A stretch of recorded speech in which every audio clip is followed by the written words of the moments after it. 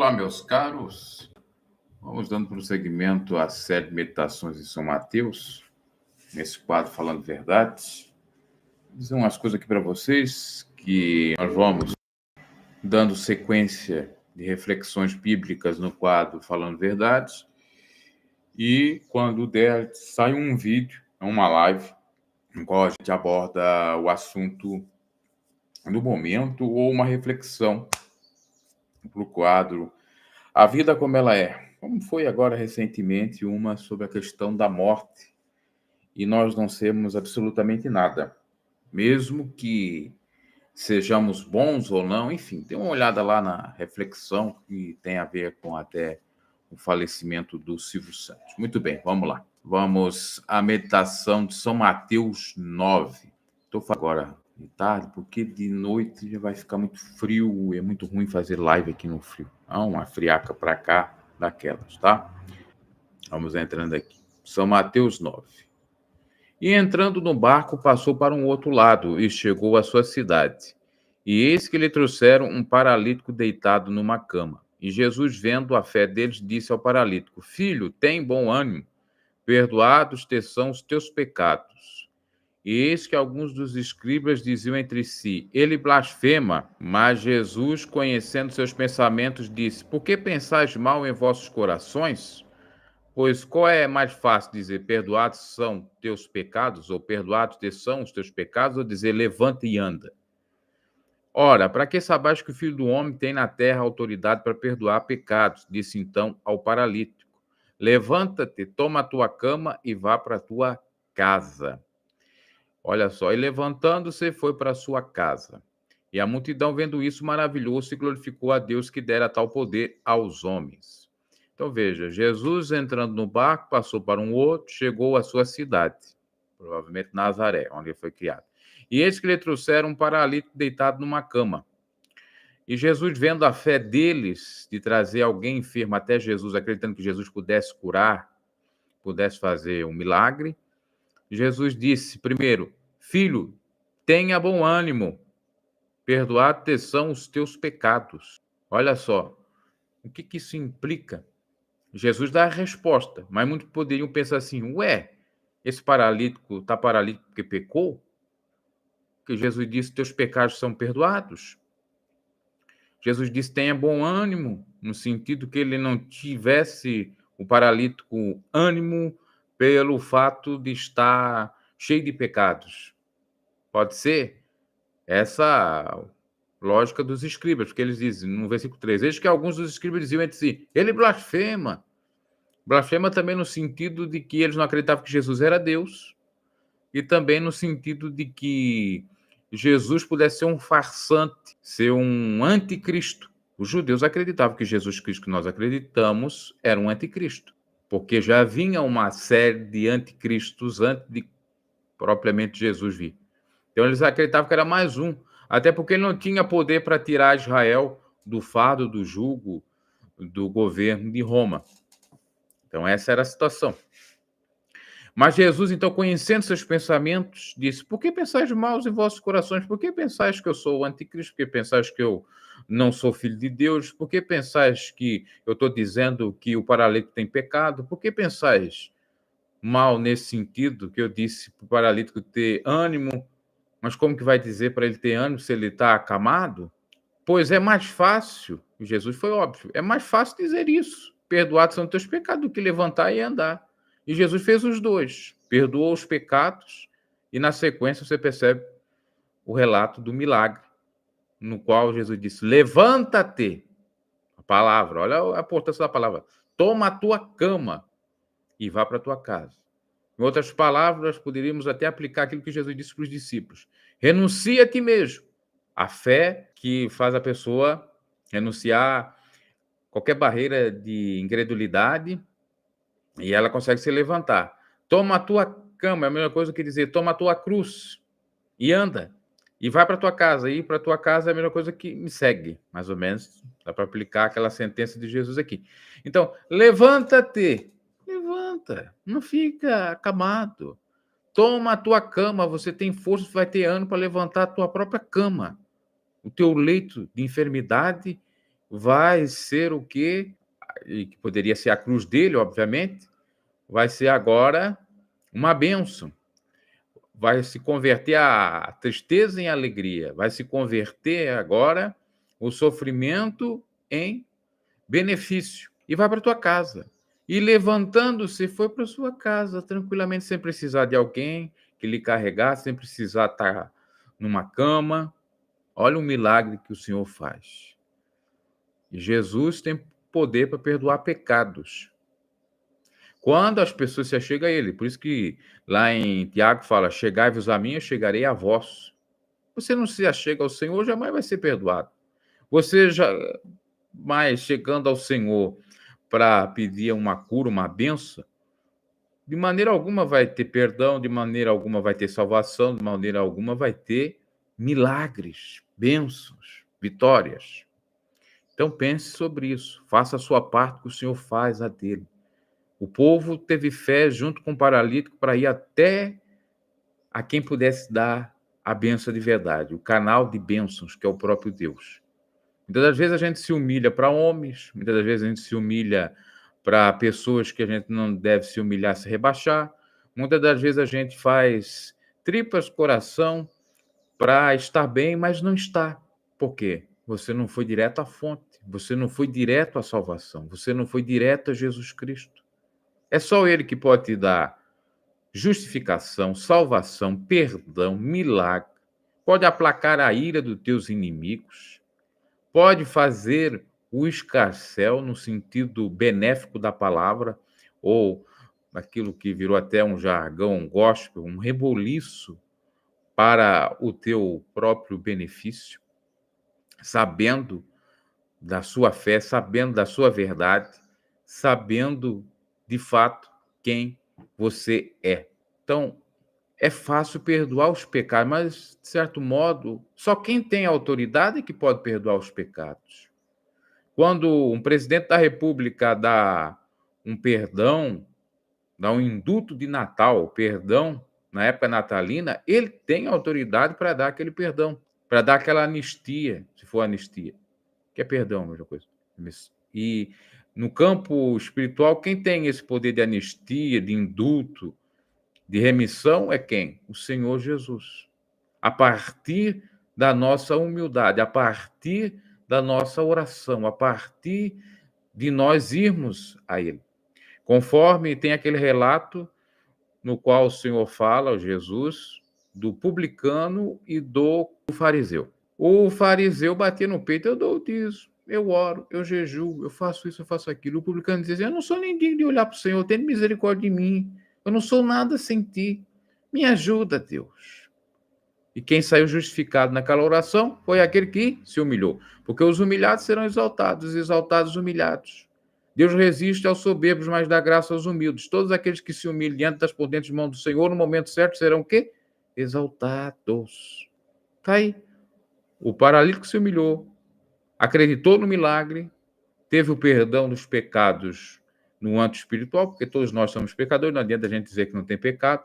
Quem diz que não tem pecado já está em pecado. Quem odeia o seu irmão e diz que ama a Deus que nunca viu, já está em pecado também, é um homicida. E quem não confessa os pecados é um hipócrita. A Bíblia diz que são mentirosos os indivíduos ou as pessoas que dizem que não tem pecado. Então, por isso que essa palavra do Senhor, teus pecados são perdoados, é válida. E também para fazer a reflexão, que pode ser que existam alguns entraves, alguns problemas em nossas vidas, algumas enfermidades, algumas situações adversas por conta de pecados, de erros, de errar o alvo. E por isso que é necessário o perdão. E por isso que é necessário o Senhor vir com seu acalanto, com seu amor, nos abraçar, nos ajudar, porque sem Deus ou sem Jesus, como o mesmo disse, nada podemos fazer. O Senhor tem um interesse em levantar você dessa situação que você esteja. Se você está fazendo por onde, se você está buscando a fonte verdadeira, buscando o reino de Deus e sua justiça, Ele vai te tirar do calabouço, Ele vai te tirar da cama da enfermidade na área da sua vida que for, seja a vida material, financeira, espiritual, sentimental, o que for. Tanto é que o próprio Jesus disse: esforço-te de bom ânimo, que eu serei contigo. Era Jesus, de certo modo, lá na época de Josué, era Deus que falou, mas também pode se aplicar a Jesus. E o próprio Jesus disse na sua época: no mundo tereis aflições, mas tem de bom ânimo. Ter bom ânimo é o primeiro passo para vencer na vida, para superar traumas, para superar uma série de debilidades, situações adversas que nos vêm. Muito bem. E levantando-se, foi para a sua casa. Quem que não quer estar bem na sua casa, podendo fazer tudo, não estando limitado, com problemas físicos? É uma benção você poder fazer o que quer. Eu me recordo da minha avó, já com seus 90 e poucos anos, reclamando que não podia mais fazer as tarefas domésticas que queria, porque por conta da idade, ela já não tinha mais aquela força, ela já não tinha aquela robustez, aquela saúde do passado. Isso é muito ruim. Agora, quando você tem e faz aquilo que gosta, isso é uma maravilha. Imagina esse paralítico. Eu olhava para as outras pessoas perfeitas, podendo fazer muitas coisas, e ele ali acamado, ele queria ser curado. Aqui não é relatado se ele era paralítico desde nascença, ou foi de acordo com algumas circunstâncias. Imagina só uma pessoa que virou paralítico, que não nasceu paralítico. É uma atribulação, é um problema maior, porque ela sabe como que é andar, ela sabe como que é não ser paralítica, e passou a ser. É uma limitação grande. E quando o Senhor vem em cura, é uma alegria maravilhosa. Poder voltar a ser o que era antes, poder fazer aquilo que sempre gostava de fazer, caminhar, trabalhar, laborar em casa, fazendo as tarefas domésticas, passear, enfim, ter liberdade, não precisar mais de dependência de seu ninguém. Se já é ruim esse tipo de dependência, imagina outros tipos de dependência. É ruim nós dependermos de pessoas, pelo próprio raciocínio lógico. Agora, dependermos de Deus não é ruim, não. É por isso que Deus faz algo extraordinário em nossas vidas. E a gente não tem que ter dependência de seu ninguém. Inclusive, ontem eu fiz a live da dependência. Foi ontem, anteontem. Fiz a live da dependência emocional. Nós não devemos ter dependência emocional de seu ninguém.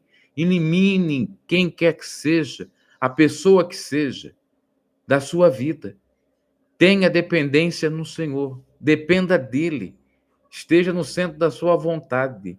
Observe os seus mandamentos. Ame o próximo como a ti mesmo e a Deus sobre todas as coisas. Não seja uma pessoa amarga, má, ressentida, uma pessoa cheia de ira, contenda, iracunda, invejosa, carnal em todos os sentidos. Isso não é do evangelho. Quem defende a patifaria, quem defende a carnalidade, quem defende qualquer prática que é contrária ao evangelho, não é do evangelho, é contra o evangelho, é contra Jesus Cristo, é um anticristo, é um anti-evangelho. Porque Jesus nos ensina a amar, a perdoar. Jesus nos ensina a saber lidar com determinadas situações, a não murmurarmos. Eu estava vendo o grande e famoso da igreja adventista falando sobre o caso de Jó, o Rodrigo lá. E ele falava que Jó parece que teve 30 queixas, 30 e poucas queixas. E Deus parece que deu 70 respostas, uma coisa assim. E ele falava que os amigos de Jó, de certo modo, falavam verdades para Jó. Eles não estavam necessariamente contra Jó, ainda que pudesse, que aparecesse, porque naquela época se acreditava que Deus castigava. Digamos, Jó, quando estava na prosperidade, era Deus abençoando. E Jó, quando estava na miséria, era Deus castigando. Ele tinha algum pecado, alguma coisa em oculto. Quando, na realidade, era a aprovação. Mas naquele tempo se tinha esse entendimento. Não era como nos dias atuais que a gente entende que pode ser provação, que pode ser castigo mesmo. Outrora era só castigo, não tinha outra alternativa. Então, os amigos de Jó falavam o óbvio para ele.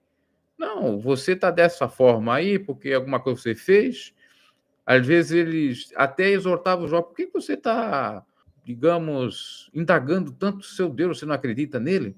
Você tem que acreditar piamente. E ele não entendia, era um dilema grande, inclusive dá para fazer pregação e tal, acho que eu tenho lá no pregador sobre o Jó, não é o caso aqui. Mas é só para você entender que muitas das vezes nós estamos errados por conta do eu que nos cega. Muitas das vezes nós estamos errados porque nós não aceitamos um não. Muitas das vezes nós estamos errados porque nós não aceitamos o amor de Deus. Muitas das vezes nós estamos errados porque não aceitamos o perdão de Deus. Porque se o paralítico aqui começasse a questionar o Senhor, dizer, eu quero saber de perdão, eu não tenho pecado, eu sou melhor do que ser alguém, ele não ia alcançar o milagre. Veja que ele foi humilde, veja que ele não interrompe o Senhor, veja, perceba que ele não diz que não tem pecado. Quem vai lá questionar, quem vai falar mal lá, são os escribas, os copiadores, são os doutores da lei que se acham alguma coisa e não são nada. Agora, aquele que é humilde, aquele que é sincero, ele não deve a nada e ele é humilde em reconhecer os seus erros. Ele não parte para nenhum ataque ad hominem, a outra pessoa, ele fala claramente sobre o assunto, ele não cria nenhum tipo de ilação, de perturbação, quando o Senhor chega a ele, aí, você é assim, assim, assado. Para você ver a ideia, para você ver isso. No caso da mulher cananeia, o Senhor disse, não é lícito você, olha só a afirmação de Jesus, não é lícito você comer da mesa dos, em outras palavras, judeus, dos patrões, não é lícito você comer. Ela humildemente confirmou que não era lícito. Mas nós comemos das migalhazinhas, iguais os cachorrinhos, os animaizinhos domésticos. Nós comemos dos pãezinhos que caem das mesas dos reis. Ela foi humilde. Ela não questionou o Senhor. Ela respondeu a pergunta ou a afirmação. Ela não foi contra e foi humilde. E o Senhor elogiou a sua fé. E é isso que a gente tem que fazer. Porque você pode enganar o homem, ludibriar o homem a Deus, não tem como. O Senhor fala uma coisa assim para você, você tem que aceitar e pronto. Aceita que dói menos. Aceita que no inferno você não vai. E aqui nessa passagem você vê claramente isso. O paralítico aceitando a fala do Senhor, aceitando que ele tinha pecado, aceitando que ele estava sem ânimo, aceitando que o Senhor era filho de Deus, que veio para perdoar pecados e fazer milagres. E quando há o perdão dos pecados, há milagres. E quando há renúncia, há milagres. E quando há humildade, há exaltação, há bênção da parte de Deus. É o cerne dessa passagem, dessa pregação, a gente pode dizer, ou desse relato da cura do paralítico. Vamos seguindo aqui, nós estamos no versículo 7, vamos para o 8. E a multidão, vendo isso, maravilhou-se e glorificou a Deus que dera tal poder aos homens. Tem que glorificar a Deus mesmo. E Jesus, passando adiante dali, viu assentado na alfândega um homem chamado Mateus, que também pode ser chamado Levi. E disse-lhe, segue-me. E ele, levantando-se, o seguiu. E aconteceu que, estando ele em casa sentado à mesa, chegaram muitos publicanos e pecadores. Publicano e pecador é a mesma coisa. E sentaram-se juntamente com Jesus e seus discípulos. E os fariseus, vendo isso, disseram aos seus discípulos, por que comem o vosso mestre com os publicanos e pecadores? Jesus, porém, ouvindo, disse-lhes, não necessito de médicos sãos, mas sim os doentes.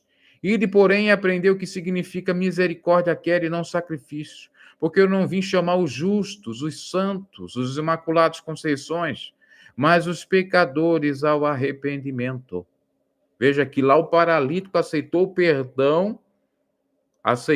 perdão divino, entendeu que era pecador e se arrependeu. Porque quando ele aceita que o Senhor perdoa os seus pecados, ele se arrepende, ele se humilha. É tudo uma sequência aqui o texto. E vem, então, alguém, o Senhor chama para seguir. Como aquele paralítico, ao ser curado, foi seguir o Senhor Jesus também. E Levi vai se tornar o grande Levi, o grande Mateus do livro de São Mateus. É ele que relata tudo. E os fariseus, agora já não é os escribas, os fariseus ficam incomodados. E como que isso não segue a nossa tradição? Nós só comemos com os puros, com os santos da nossa religião. Nós só comemos com os doutores da lei, com os rabinos. Nós não andamos com impuros, nós não andamos com publicanos, pecadores. Nós andamos só com os santos. Aí Jesus vem e mostra uma outra coisa, que eles, por conta da sua arrogância, do seu legalismo, moralismo, estavam desrespeitando o amor ao próximo, se colocar no lugar do outro. Ver que aqueles que estão tudo ok não precisam mesmo de ajuda, mas os que estão atribulados precisam de ajuda. Os que estão doentes precisam de médico. Jesus é o médico dos médicos. Então ele diz claramente, não necessita de médicos sãos, isso já era um jargão da época, mas sim os doentes. Ide, porém, e aprender, ide no sentido de procurar, de perquerir, de buscar, de se informar, de entender, e de estudar, e aprender com a vida, com as lições de Cristo, com a caminhada.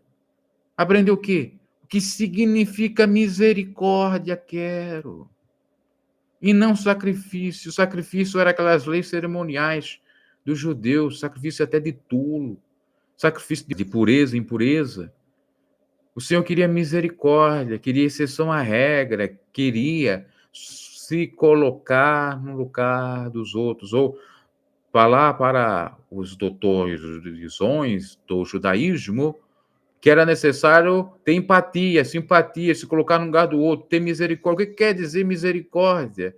A não ser ter pena, compaixão, a não ser orar, a não ser perdoar, a não ser não fazer nada, como, de certo modo, Davi teve misericórdia de Saul, ele poderia ter matado Saul, mas não matou. Em respeito. Assim como a gente pode matar qualquer uma pessoa, mas em respeito por ser do evangelho, a gente não faz. Por isso que a gente, por exemplo, pode repreender o tolo, mas a gente não repreende o tolo porque é tolice repreender o tolo. Por isso que, eu digo, os cristãos verdadeiros devem fazer isso. Muitas das vezes você vendo a situação, estando na razão, com todas as comprovações do mundo, você deixa os cães latirem, você deixa os loucos falarem, você fica na sua.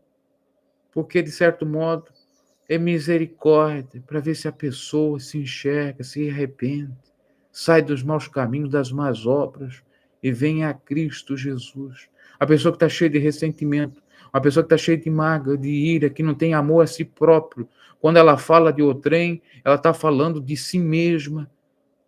Inclusive, eu coloquei isso numa reflexão agora há pouco.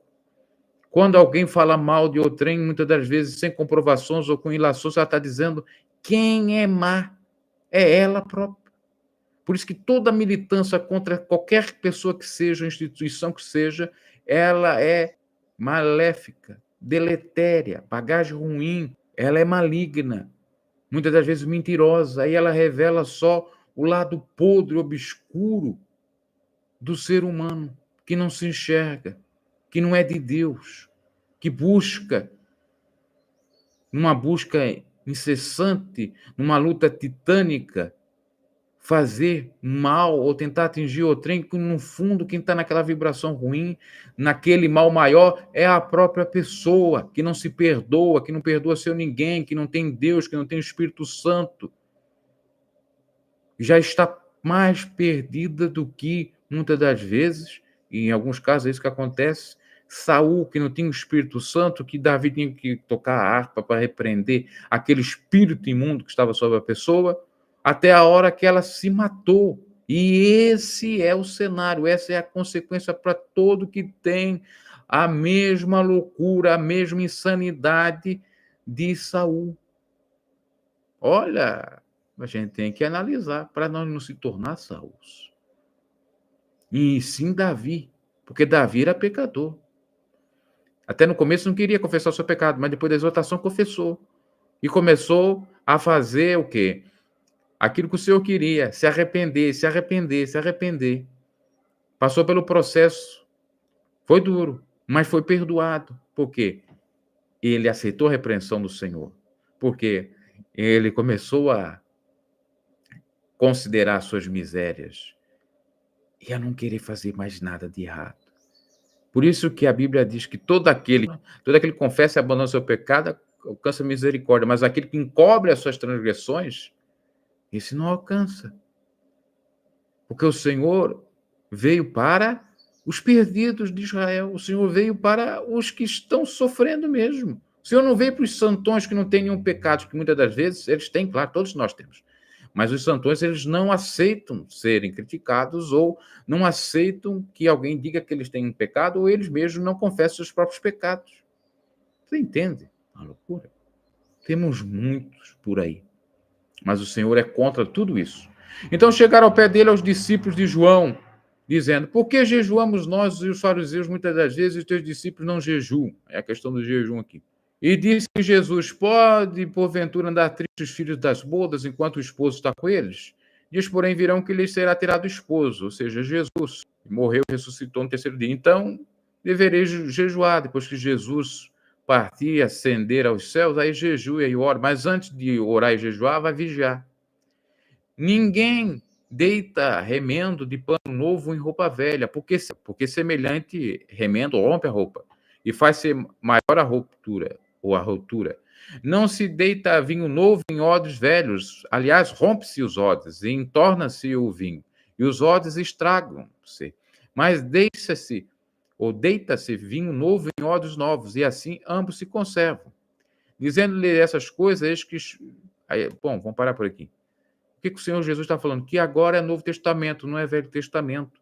Que é vinho velho em odre velho, vinho novo em odre novo, que é roupa nova.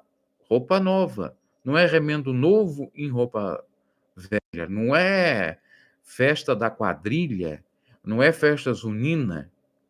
Para o Senhor é nova criatura. Para o Senhor é sim, sim, não, não. Ou você é nova criatura ou velha criatura. Não tem como você fazer remendo. Não tem como você ser meio termo. Ou você está com Cristo ou não está. Ou você se tornou um novo ser, uma nova criatura, ressuscitou para as coisas lá de cima, ou você não ressuscitou. É simples assim. Quantos que continuam nas velhas práticas? Quantos que continuam praticando coisas da velha criatura, ou querendo fazer uma conciliação do velho com o novo, da velha roupa com a nova roupa, do novo odre com o velho odre, do vinho velho com o odre novo, e vice-versa. Não dá. É igual água e óleo, não se misturam. Pronto, acabou, é nova coisa. Tanto é que a Bíblia nos fala: eis que faço nova todas as coisas. São novas coisas, nova vida. A cada dia é uma nova vida. Hoje é 27 de agosto, ontem era 26 de agosto. Ontem já é o velho, já é o passado, hoje já é presente, já é o novo. Tiver vindo os outros dias subsequentes. E assim a gente tem que viver com a novidade de vida em Cristo, não mais com as coisas antigas. O Senhor lança os nossos pecados, nossos erros, no mar do esquecimento. Não adianta o diabo, que quer dizer até advogado, de certo modo. Não adianta esse diabo ele nos acusar, porque o Senhor repreende o diabo. O Senhor é que nos justifica, porque tudo é novo para aquele que volta a Cristo, para aquele que aceita a Cristo, as palavras de vida eterna do Senhor. E num contexto do jejum, não se jejuava na época porque Jesus estava presente em carne e osso. Como o dia que nós estivermos no céu, não vai precisar mais jejuar, mais orar, mais fazer mais nada, porque nós já estaremos na glória. É outro corpo, é corpo incorruptível. Não é corpo corruptível, mortal. É corpo santificado, transformado, não é qualquer corpo por aí. Vocês entendem? Que as coisas espirituais são diferentes das coisas carnais, que quem está no espírito ensina as coisas do espírito, e quem está na carne ensina as coisas da carne. Vamos seguindo. Dizendo-lhe essas coisas, eis que chegou um chefe e o adorou. Um poderoso. Dizendo: minha filha faleceu agora mesmo, mas vem, impõe-lhe a tua mão e ela viverá. Olha a fé. E Jesus, levantando-se, seguiu, e ele e os seus discípulos. Olha aí. E eis que uma mulher que havia 12 anos padecia de um fluxo de sangue. Aqui é só narração de milagres. É o paralítico, cura da paralisia. Na sequência vem a cura da alma e a transformação, a metanoia de Levi para São Mateus. Depois vem as questões ali sobre jejum. Agora volta-se ao quê? A milagres. No meio do caminho, que o Senhor ia lá para ressuscitar alguém, apareceu uma mulher do fluxo de sangue, chegando por trás dele, e tocou a orla de sua roupa, porque dizia consigo, se eu tão somente tocar a sua roupa, ficarei sã. E Jesus, voltando-se e vendo, disse, tem ânimo, filha, a tua fé te salvou. E imediatamente a mulher ficou sã. Novamente a questão da fé. Ir até Jesus, de acreditar que se tocar na roupa dele vai ser curado, e pronto, o que acontece? Tudo é fé. Tudo é ação que gera uma reação boa. Claro, se a gente agir de uma maneira sábia e condizente ao Evangelho. E Jesus chegando à casa daquele chefe, vendo os instrumentistas e o povo em alvoroço, disse-lhes, retirai-vos, que a menina não está morta, mas dorme. E aí riram-se dele. E logo que o povo foi posto fora, entrou Jesus e pegou-lhe a mão, e a menina levantou-se. E espalhou-se aquela notícia por todo aquele país. E partindo Jesus dali, seguiram. Aí vai vindo mais coisas ainda. Mas vamos meditar por aqui. Veja que a mulher do fluxo de sangue, ela alcança o milagre porque teve fé. Veja que o chefe alcança o milagre da ressurreição para sua filha porque ele teve fé. Ele disse, se o Senhor quer, o Senhor pode fazer. Ele disse que o Senhor pode ir lá levantar ela. Olha o que ele disse exatamente aqui, o chefe. Lá em cima, lá. Minha filha faleceu agora mesmo, mas vem, eu sei que tu pode, vem. Impõe-lhe a tua mão e ela viverá. Pode vir, eu aceito o milagre. Eu creio que pode ser feito assim. E assim foi. E a menina levantou-se. Porque não há nada impossível para Deus. Aquilo que é impossível para o homem é possível para Deus. Ressurreição, cura da paralisia, cura da cegueira, conversão, milagres extraordinários. A batalha vencida, sem a gente precisar pelejar. Deus é tremendo e poderoso, a gente nem imagina. Muito bem. A mulher do fluxo de sangue, nesse meio tempo aí, nesse ínterim, foi curada. Milagre de cura de uma mulher que já estava com quase 40 anos com aquela hemorragia. O fluxo de sangue é hemorragia. Já era um milagre, ela está viva. E o maior milagre é parar aquele sangue. Parar aquela hemorragia. Mas Deus faz. Porque Deus, como ele mesmo disse, Jesus, sendo Deus, eu vim para os enfermos. Eu veio para os leprosos, para os paralíticos, para aqueles que têm pecados, para aqueles que estão com fluxo de sangue, para aqueles que estão mortos espiritualmente e fisicamente, para aqueles que estão cegos, que vai falar agora na sequência. E partindo de Jesus dali, seguiram-no 2 cegos, clamando e dizendo, tem compaixão de nós, filho de Davi. E quando chegou a casa, os cegos se aproximaram dele, e Jesus disse-lhes, crede vós que eu possa fazer isso? Disseram-lhe, sim, Senhor. Veja que o Senhor quer a nossa fé. Sem fé é impossível agradar a Deus. Tem que ter fé. Jesus pergunta para eles, indaga eles. Vocês creem realmente que eu posso lhes curar? Vocês estão pedindo para eu ter compaixão de vocês. Eu estou tendo compaixão de vocês. E eu sei o que vocês precisam, antes mesmo de vocês dizerem alguma coisa. Agora eu vou só instigar vocês, eu só quero a confirmação de vocês. Vocês realmente querem isso? Sim, Senhor. Tocou então os olhos deles e dizendo, seja-vos feito segundo a vossa fé, a vossa crença. E os olhos se abriram e Jesus ameaçou-os, dizendo, olhai que ninguém o saiba. Mas tendo-lhe saído, divulgar sua fama por toda aquela terra. Ou seja, Jesus não queria que ninguém fizesse merchandising do milagre, porque ia atrapalhar o seu ministério. Iam vir pessoas interesseiras, ia despertar o ódio, a inveja, o ciúme dos fariseus e escribas que já lhes perseguiam. Mas não adiantou. O que foi curado, os cegos que foram curados, não se contiveram e foram contar sobre o feito extraordinário em suas vidas. Muitas das vezes a gente tem que ficar quieto, até com a bênção. Porque vai contar a bênção dá problema. Se não dá problema para a própria pessoa, dá problema para os outros. Por isso que a gente tem que ficar na nossa. E outra, milagre. O Senhor não queria que se fizesse alarde dos milagres. Como você vê hoje em dia, em muitas igrejas por aí, venha, ele é um milagreiro, ele faz isso, ele faz aquilo. Aqui é milagre para tudo quanto é canto. O milagre não cessou, aquela coisa toda.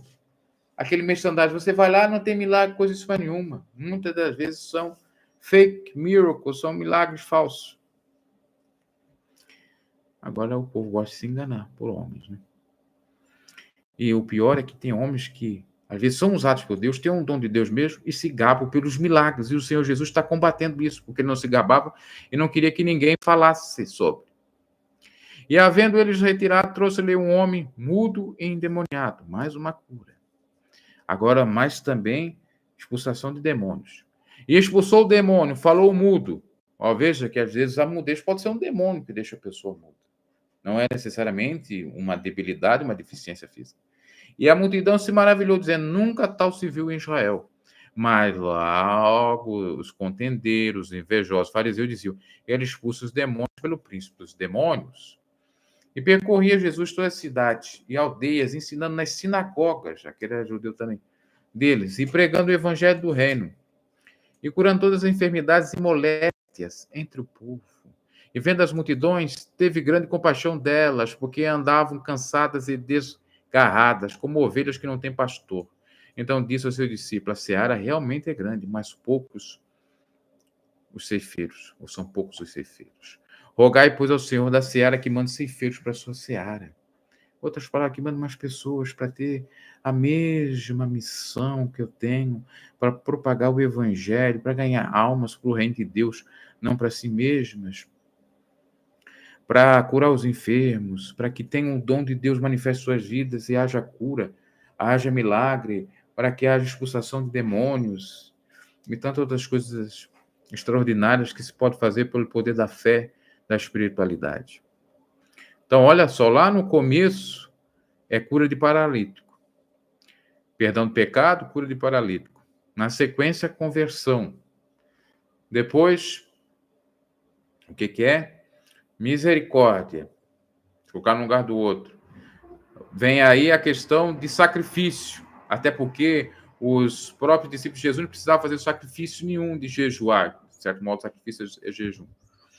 Se eles tivessem simplesmente a misericórdia, já valia. Também dá para refletir acerca. Jesus fala que agora é um novo tempo. Não dá para misturar as coisas. É tudo novo. E vem na sequência. E vai fazendo milagres. Vem a ressurreição. No meio, antes da ressurreição da menina, vem a cura da hemorragia do fluxo de sangue. Vai indo, a posteriori, a cura de 2 cegos que passam a ter visão vista. Aí vem a cura de um mudo. E expulsa os endemoniados. Os fariseus sempre criticando. Isso aqui só é a prova do que a gente vive hoje em dia na internet, que os haters sempre vão existir. E quem gosta de você sempre também vai existir, o fã e o hater. Você está fazendo coisas boas, Jesus estava fazendo só coisa boa para o povo, expulsando demônios, curando enfermos, curando mudos, cegos, paralíticos, ressuscitando mortos, transformando vidas, ensinando o caminho da paz. E tinha quem? Os olhos desse tamanho, que não tinham o que dizer, aí vamos inventar. Não tem o que falar, vamos inventar, vamos criar um factoide, vamos perseguir. Mas bem-aventurado é aqueles que são perseguidos. O Senhor sempre peleja pelos seus. O Senhor sempre dá vitória. E os sinais seguirão aqueles que creem em Deus. Não é aqueles que creem em homem ou em placa denominacional de igreja. E aí está o poder de Deus contra todo o mal, contra todo o inferno. E em nome de Jesus, que todo o mal que nos cerca caia por terra, que todas as bênçãos de Deus sejam derramadas sobre as nossas vidas. Se não se abrem portas, que iluminem janelas, para que as copiosas bênçãos dos altos céus venham sobre nós, como chuva, conforme a palavra de Deus nos diz, que as bênçãos de Deus nos enriquecem e não acrescentam dores alguma. Então creia num Deus que tem esse poder, que ele não olha a sua aparência, se está com barba, se está com cabelo crescido ou não, e olha assim para a sua essência, para quem você é de fato, para quem você diz ser e atesta e é diante dele, não diante dos homens, porque enganar homens é muito fácil, mentir é fácil demais. Maldito do homem que confia no homem. Nossa confiança tem que estar em Deus, um Deus que tudo pode, um Deus que pode agora curar a sua enfermidade, que pode resolver o seu problema, que pode dar a bênção para a sua casa, para o seu lar, para a sua família, seja o problema que você esteja passando, desavença, em contenda, em falta de, a gente pode dizer até mesmo, de recursos financeiros. Deus pode, em nome de Jesus, operar sinais e maravilhas que você nem imagine.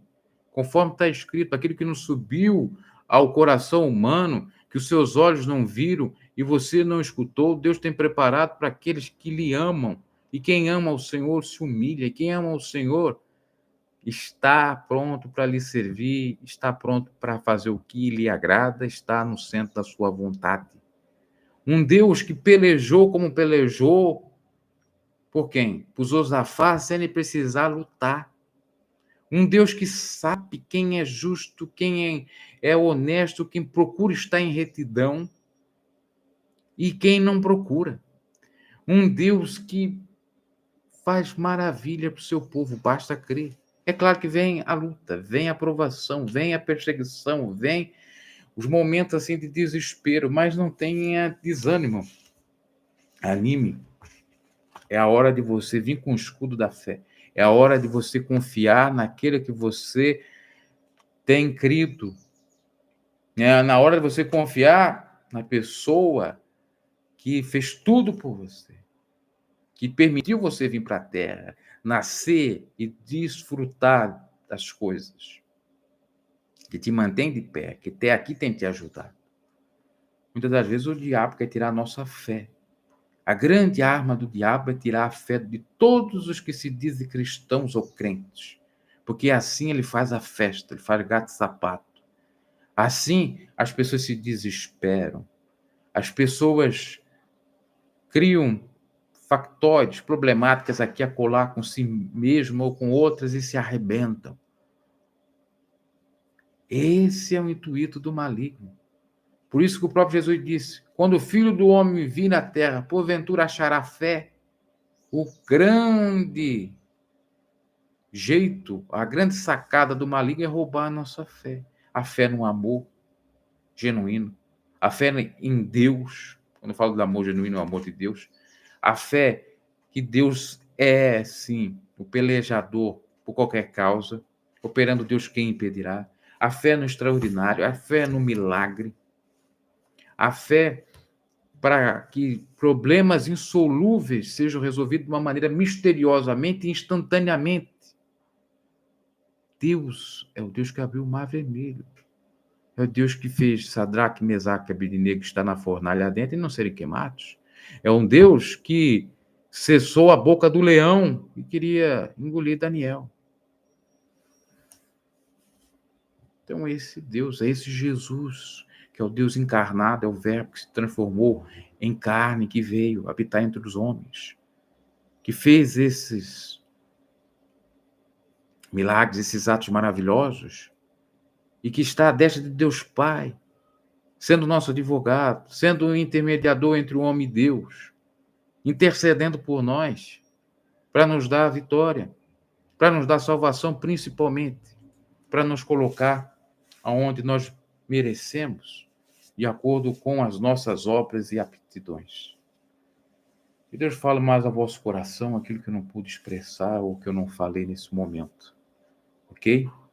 Nós vamos dando sequência nessas pregações até, enfim, pregamos até a Bíblia toda. Se for da vontade de Deus, vamos seguindo. E vai ser num quadro falando verdade mesmo, que nada mais é verdade do que a própria verdade, que é Jesus, que é o caminho, a verdade e a vida. Deus os abençoe e até uma próxima.